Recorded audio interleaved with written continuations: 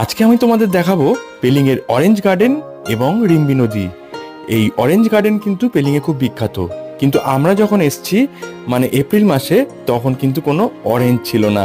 আর এখানে ঢুকতে 30 টাকা করে এন্ট্রি ফিস দিতে হয়। আর এইখানকার টাইমিং হলো সকাল 9টা থেকে বিকেল 4টে পর্যন্ত। এখানে আসলে তোমরা বিভিন্ন রকমের অরেঞ্জ জুস, এছাড়া আখরোট, আমন্ড, এইসব জিনিসগুলো পেয়ে যাবে। এখানে ছোট ছোট দোকান আছে। এই রিম্বি নদী এবং অরেঞ্জ গার্ডেন পেলিং থেকে মাত্র 13 কিলোমিটার দূরে অবস্থিত। খুব সুন্দর একটা নদী।